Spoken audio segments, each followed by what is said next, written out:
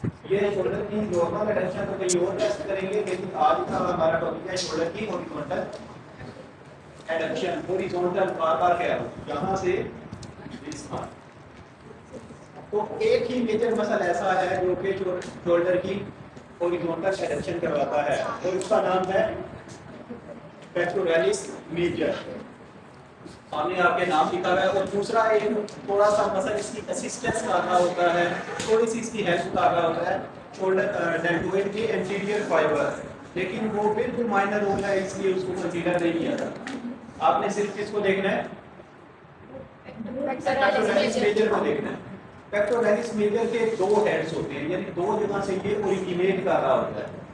तो अगर इसके दो हेड हैं तो वो दो हेड कौन सी है? एक स्टर्नल हेड है और दूसरा इसका क्लेविकुलर हेड है। स्टर्नल हेड नाम से पता चल रहा है स्टर्नल से ओरिजिनेट करेगा, और क्लेविकुलर हेड क्लेविकल से ओरिजिनेट करेगा। और ये देखिए, अब देखते हैं कहाँ कहाँ ओरिजिनेट इसका जाता है। इसका पहले क्लेविकुलर हेड देखते हैं। तो ये क्लेविकल है, क्लेविकल का जो स्टर्नल हाफ है, ये वाला स्टर्नल हाफ, ये देखिए ये इसका लेटरल हाफ है, और ये जो मीडियल हाफ स्टर्नम के करीब है क्लेविकल का, इसके इंटीरियर सरफेस से इसके क्लेविकुलर फाइबर ओरिजिनेट करें, यहाँ से जहाँ मेरी उंगली है। और इस स्टर्नम के ये जो स्टर्नम के क्लेविकल का जो स्टर्नल हाफ है, स्टर्नम के करीब वाला जिसका पार्ट है, वहाँ उसकी इंटीरियर सरफेस से ये ओरिजिनेट कर रही है। इसके कौन से फाइबर? क्लेविकुलर फाइबर, क्योंकि क्लेविकल से ओरिजिनेट कर रहे हैं। स्टर्नम के फाइबर कहाँ से ओरिजिनेट कर रहे हैं? स्टर्नम की anterior surface down to 6th rib। ये देखिए, first, second, fourth, fifth, sixth, यहाँ सारे से यहाँ चले यहाँ भी पता है, यानी 6 रिब्स। जो इसकी 6 रिब्स हैं, उन 6 रिब्स के सामने से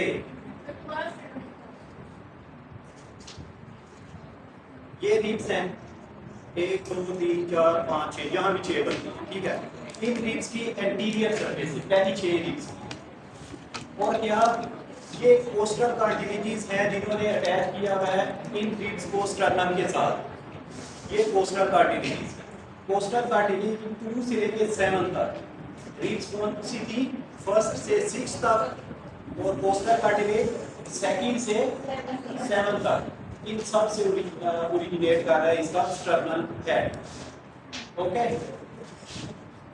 दोबारा बता रहा हूँ, उसका क्लेविकुलर हेड क्लेविकल के स्टर्नल पार्ट से और उसकी एंटीरियर सरफेस की, अगर स्पेसिफिकली बात करें क्लेविकल की एंटीरियर सरफेस से, इस पार्ट को क्लेविकल की एंटीरियर सरफेस है जो कि स्टर्नल के करीब है, उसके एंटीरियर सरफेस से इसका क्लेविकुलर हेड, और इसका स्टर्नल हेड कहाँ से? फर्स्ट 6 रिब्स की एंटीरियर सरफेस है। और ये जो कोस्टल कार्टिलेजेस हैं 2nd से लेके 7th कोस्टल कार्टिलेज की एंटीरियर सरफेस, ये सारी जगह ऐसे समथिंग ऐसे ओरिजिनेट हो, और जाके ये इंसर्ट कहाँ पे होगा? दोनों तो इसके हेड हैं एक ही जगह पे इंसर्ट जाके होती है। इंसर्शन इसका एक है, ओरिजिन 2 है। इंसर्शन हम इसकी वैसे पढ़ चुके थे, कहाँ पे थी? ये जो हमने बाइसेप्टल ग्रूव पढ़ी थी, इस बाइसेप्टल ग्रूव के कौन से लिप पे था? Lateral lip. हमने पढ़े थे इसके 2 लिप है, एक मीडियल जो बॉडी के लिप है, एक लेटरल जो बॉडी से अवे है। तो बॉडी से अवे जो इसका ये जो बाइसेप्टल ग्रूव का हमने लेटरल लिप पढ़ा था, यहाँ पे इंसर्ट हो रहा है ये सारे का सारा पेक्टोरलिस मेजर। सही। अब इसके काम क्या है? इसके फाइबर अलग अलग भी काम करती है, यानी एंटीरियर फाइबर अलग काम करते हैं, पोस्टीरियर फाइबर अलग काम करते हैं, और दोनों मिल के भी काम करते हैं। अगर दोनों मिल के काम करते हैं तो क्या काम करेंगे? शोल्डर की इंटरनल रोटेशन, अब देखें यहाँ से जाके इधर लगा देना, इधर से जब पुल करेगा तो इंटरनली भी रोटेट करेगा। सही। और दूसरा क्या? शोल्डर की हॉरिजॉन्टल एडक्शन, दोनों फाइबर का मिलके काम करते हैं, ये काम करते हैं, शोल्डर की इंटरनल रोटेशन और शोल्डर की हॉरिजॉन्टल एडक्शन। अगर एंटीरियर फाइबर जो सिर्फ इसके क्लेविकुलर फाइबर जो क्लेविकल के सामने से ओरिजिनेट कर रहे थे, वो काम करते हैं सिर्फ वो शोल्डर की इंटरनल रोटेशन करवाएंगे, शोल्डर की हॉरिजॉन्टल एडक्शन करवाएंगे, और साथ में थोड़ी सी शोल्डर की फ्लेक्शन भी करवाएंगे। 3 काम करवाते हैं। Clavicular fibre. कौन से? इंटरनल दो तो वही हैं जो दोनों हेड व्हील के करवा रहे हैं, और इंटरनल रोटेशन है हॉरिजॉन्टल एडक्शन, प्लस कौन सा नाम आ गया? शोल्डर की फ्लेक्शन। इसी तरह इसका जो स्टर्नल हेड है, जो यहाँ से रिब्स और कोस्टल कार्टिलेज के सामने से ओरिजिनेट कर रहा था, वो क्या काम कर रहा है? शोल्डर की हॉरिजॉन्टल एडक्शन प्लस शोल्डर की एक्सटेंशन। याद रखना, शोल्डर की एक्सटेंशन। थर्ड काम ये क्या कर रहा है? जैसे आप लटक जाते हो, कोई ऊपर बार लटकी हुई है, उसको पकड़ के ऊपर होने की जैसे चीज आप करते हैं, वो करने की कोशिश करते हैं, तो उसमें क्या होता है? आपका ट्रंक ऊपर की तरफ जाता है, थोड़ा सा आगे की तरफ जाता है। लटक के जरा देखना, आपका ट्रंक थोड़ा आगे जाता है और ऊपर जाता है जब आप बाजुओं से ऊपर पुल करने की कोशिश करते हो। तो ये काम भी कौन सा करवा रहा है? इसके एक्सटर्नल फाइबर्स करवा रहे हैं। पेक्टोरलिस मेजर का जो एक्सटर्नल पार्ट है वो ये मूवमेंट करवा रहा है। सही हो गया? अब दोनों फाइबर्स जब मिल के काम कर रहे हो, वो भी हमें काम पता चल गया है, या एक्सटर्नल फाइबर काम कर रही है उसका भी पता चल गया है, या फिर इसके क्लेविकुलर पार्ट फाइबर्स काम कर रहे हैं उसका भी पता चल गया। सही। अब इसको टेस्ट कैसे? अच्छा, एक और बात याद रखने वाली है कि अगर आप इसके दोनों फाइबर्स को एट अ टाइम टेस्ट करना चाहते हो, एक ही मूवमेंट के दौरान दोनों फाइबर्स को टेस्ट करना चाहते हो, स्टार्टिंग पोजीशन आपको उसकी 90 डिग्री एबडक्शन, ये देखिए 90 degree abduction, 90 degree elbow flexion, ये आपकी पोजीशन होनी चाहिए। सही। जब हम परफॉर्म करेंगे तो पता चल जाएगा 90 की पोजीशन होनी चाहिए। लेकिन अगर आप इसके एक्सटर्नल फाइबर्स को सिर्फ टेस्ट करने जा रहे हो, तो स्टार्टिंग पोजीशन आपकी शोल्डर की 120 डिग्री होनी चाहिए। ये याद रखना। कई बार ऐसे भी पूछ लिया जाता है, सिर्फ आपसे क्वेश्चन ये पूछा जाता है कि इसके क्लेविकुलर फाइबर को उस ग्रेड में टेस्ट करना। बिल्कुल ऐसे पूछ लिया जाता है, एक पार्ट पूछ लिया जाता है। और अगर आप इसके क्लेविकुलर फाइबर को अकेले सेपरेटली टेस्ट करने जा रहे हो, तो अब शोल्डर की starting position 60 degree of abduction होनी चाहिए। दोबारा बता रहा हूँ, दोनों फाइबर को एट अ टाइम टेस्ट करना है, तो शोल्डर 90 डिग्री एबडक्शन पे होना चाहिए, एल्बो 90 डिग्री फ्लेक्शन पे होनी चाहिए। अगर इसके सिर्फ और सिर्फ एक्सटर्नल जो फाइबर्स हैं, एक्सटर्नल हेड है, उसको टेस्ट करने जा रहे हो, तो शोल्डर की स्टार्टिंग पोजीशन 120 डिग्री होनी चाहिए, यानी ऑलमोस्ट। अच्छा, फिर अगर इसके क्लेविकुलर फाइबर को टेस्ट करने जा रहे हो, तो शोल्डर की स्टार्टिंग पोजीशन होनी चाहिए 60 डिग्री। ये 90 है, ऑलमोस्ट इधर 60 बनती है। तो यहाँ से हम करना स्टार्ट करेंगे। चलिए, आप परफॉर्म करेंगे तो पता चल जाएगा। वैसे आपको इसकी मैं प्रेजेंटेशन भी साथ में डाल दूँ, जो हम ग्रेड 2 में करते हैं। कहाँ करते हैं? चेस्ट की एंटीरियर साइड पे शोल्डर जॉइंट के जस्ट मीडियली, ये आपका शोल्डर जॉइंट है, इसके जस्ट मीडियल साइड पे आप अपने ऐसे हाथ रखें, ऐसे करने की कोशिश करें, ऐसे अंदर की। यहाँ एक मसल फील हो रहा है, मूवमेंट जो फील हो रही है, वो मूवमेंट किस मसल की है? वो पेक्टोरलिस मेजर है। अगर आप इस पोजीशन से वो मूवमेंट करवा रहे हो, फिर यह मूवमेंट जो फील हो रही है वो किसकी है? एक्सटर्नल फाइबर की वो मूवमेंट फील हो रही है। अगर 60 डिग्री से कर रहे हो, यहाँ मूवमेंट फील कर रहे हो, तो वो मूवमेंट आपको हो रही है क्लेविकुलर फाइबर। सही हो गया? चलो जी, इतना थ्योरी के लिहाज से आप देखते हैं उसको कैसे परफॉर्म करना है। ये काउंटर ये देखिए 90 डिग्री शोल्डर एबडक्शन और 90 डिग्री एल्बो फ्लेक्शन, ऐसे ही है। अब ये देखिए, यहाँ पे मैंने एल्बो से ऊपर रेजिस्टेंस अप्लाई करना स्टार्ट कर दी, और इसको मैंने कहना है अपने इस हाथ को इस शोल्डर पे लगाओ। ये देखें, जब इस शोल्डर की तरफ लेके जा रहा है, हॉरिजॉन्टल एडक्शन ऑटोमेटिक हो रही है। यहाँ पे भी तो मैं ऐसे ही कर रहा था, ऑपोजिट शोल्डर की तरफ लेके जा रहा था।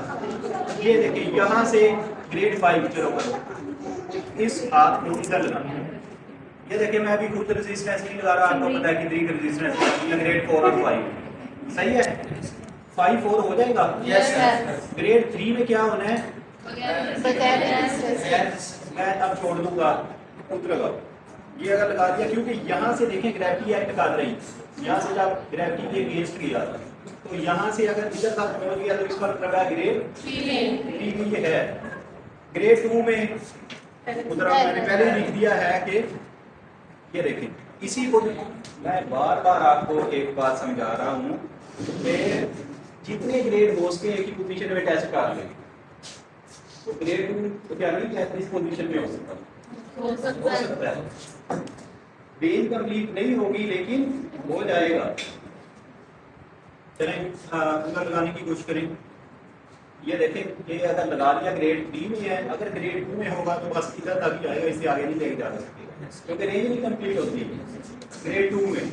अगर इसको हॉरिजॉन्टल ले जाए, इसको मैं ऐसे बिठा दूं, वैसे एक चेयर हो, यहाँ पे चेयर पे मैं बैठा हुआ और मैं अपने शोल्डर को इधर ऐसे रख देता। अब देखिए ग्रेविटी एलिमिनेटेड है, इसको मैं कहूँ इस हाथ को तुमने इधर शोल्डर पे लगाना है, ऐसे खींच के ले आएगा क्योंकि नीचे सपोर्ट आ गया और ग्रेविटी के पैरेलल मूव कर रहा है।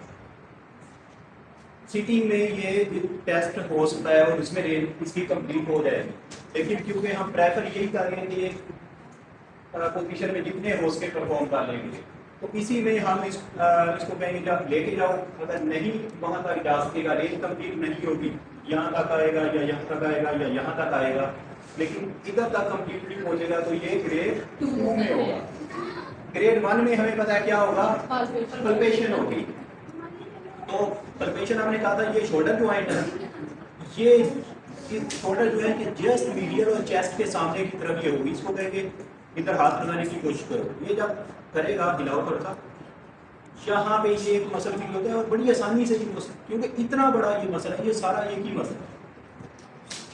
ये देखिए यहाँ से ये सारा एक ही है, तो जहाँ मर्जी हाथ रखोगे फील हो जाएगा, लेकिन यहाँ पे बहुत अच्छा क्योंकि फील होता है, इसलिए ये कह रहे हैं।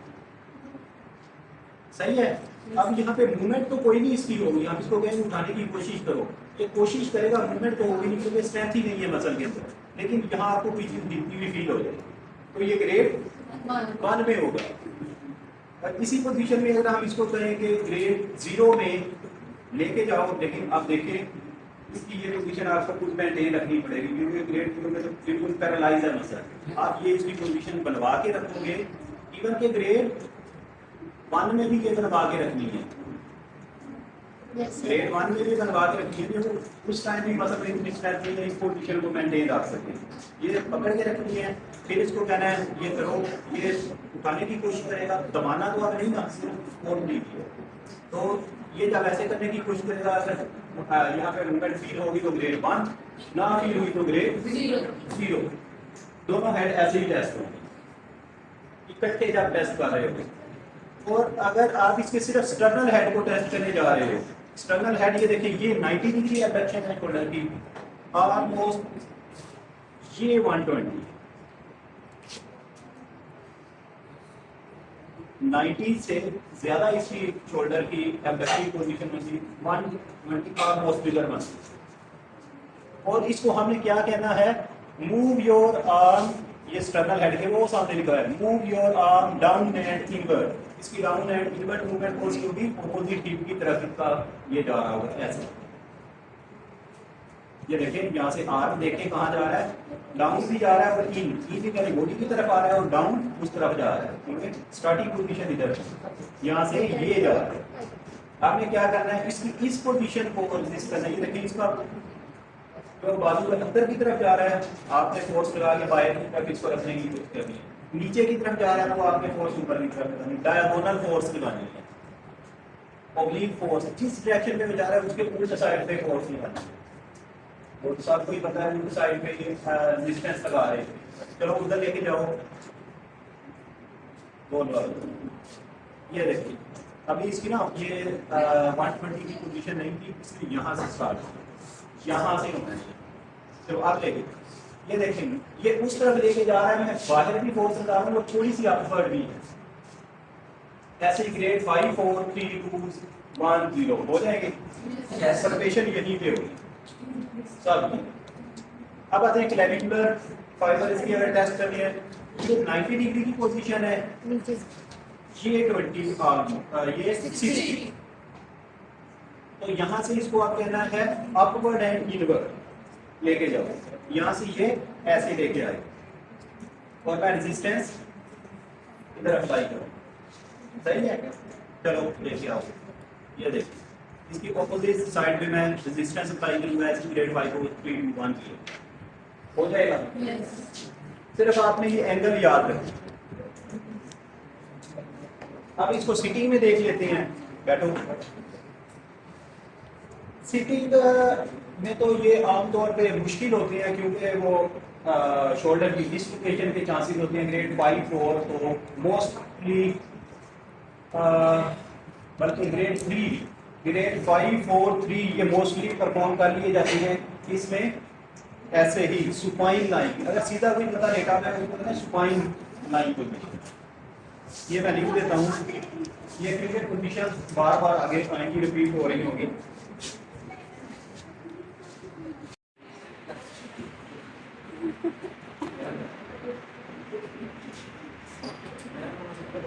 ये इसकी पोजीशन काफी है क्योंकि हर टेस्ट में कोई ना कोई पोजीशन होती है। सिटिंग का तो ऐसे भी आपको पता है, लाइन का भी पता है, वो तो फंडामेंटल पार्ट ही है। अच्छा, अब ये काउंट अगर इसके करीब हो टेबल यहाँ पे, अब देखिए ग्रेड 5 4 3 तो सुपाइन लाइन में ही हो गए। ग्रेड 2 रह गया है, 1 रह गया है, ओके ऐसे उसमें होते हैं। लेकिन अगर आप पोजीशन सिटिंग में उसको लाना चाहते हो, सिटिंग में परफॉर्म करना चाहते हो, वहाँ भी हो जाएंगे। सारे टेस्ट सिटिंग में भी हो सकते हैं, लेकिन वहाँ आपको सपोर्ट प्रोवाइड करके उसको रखनी पड़ेगी। ये देखिए ग्रेड 2 में या तो आप इसकी यहाँ से सपोर्ट प्रोवाइड कर लो और इसका काउंट उधर लेके जाओ, ऐसे रखोगे ना, ऑपोजिट शोल्डर की तरफ लेके जाओ, रेंज भी उनमें कंप्लीट हो जाती है। ऐसे ही होता है जब ग्रेविटी एलिमिनेट होती है। ग्रेड 2 में ग्रेविटी एलिमिनेट कर दी जाए तो रेंज कंप्लीट हो जाती है, ऐसा ही होता है। Yes sir. तो ये देखें सिटिंग में अगर करवाना है, यहाँ से मैंने इसको नीचे से सपोर्ट देके रखी, इसको मैंने उधर लेके जाओ। ये देखिए मैं सारी रेंज का नीचे से सपोर्ट प्रोवाइड की हुई है, क्योंकि अगर सपोर्ट नहीं होगी मतलब इस टाइम नीचे गिर जाएगा। ठीक है, ग्रेड 2 में ग्रेविटी एलिमिनेटेड भी हो तो रेंज कंप्लीट नहीं होती, सिर्फ और सिर्फ पल्पेशन होती है। ऐसे ही है ना, तो यहाँ रख के यहाँ पे कन्वेट करेंगे, इसको करेंगे लेके जाओ, फिर जब मूव करने की कोशिश करेगा यहाँ आपको मूवमेंट फील होगी। अगर सपोर्ट नहीं देना चाहते तो फिर ऐसे जैसे मैंने टेबल के करीब इसको रखा हुआ है, तो ये क्योंकि ऊंची जगह पे बैठा हुआ है, तो चेयर पे बैठा होगा तो यहाँ पे 90 का इसका एंगल उसका होगा। तो यहाँ पे थोड़ा सा ये क्योंकि करीब अभी नहीं है और करीब हो सकते। ये देखिए फिर कोई बात, क्योंकि ये काउच के ऊपर बैठा हुआ है इसलिए इसका 90 का एंगल नहीं बन पा रहा। अगर यही काउच इधर तक होता, इधर अगर स्लिपरी सरफेस है तो ठीक है, हमने उधर भी पढ़ा था फ्रिक्शन डिक्रीज करेंगे, कोई पाउडर वगैरह डाल देते हैं, तो पाउडर वगैरह नीचे डाल देंगे, फ्रिक्शन ऑलमोस्ट खत्म हो जाएगी। फिर इसको कहेंगे मूवमेंट करो तो ये खुद ब खुद कर देगा, आपको नीचे से सपोर्ट देने की भी जरूरत नहीं पड़ी, टेबल ने वो काम कर दिया। समझ आ गई? कोई कंफ्यूजन? बस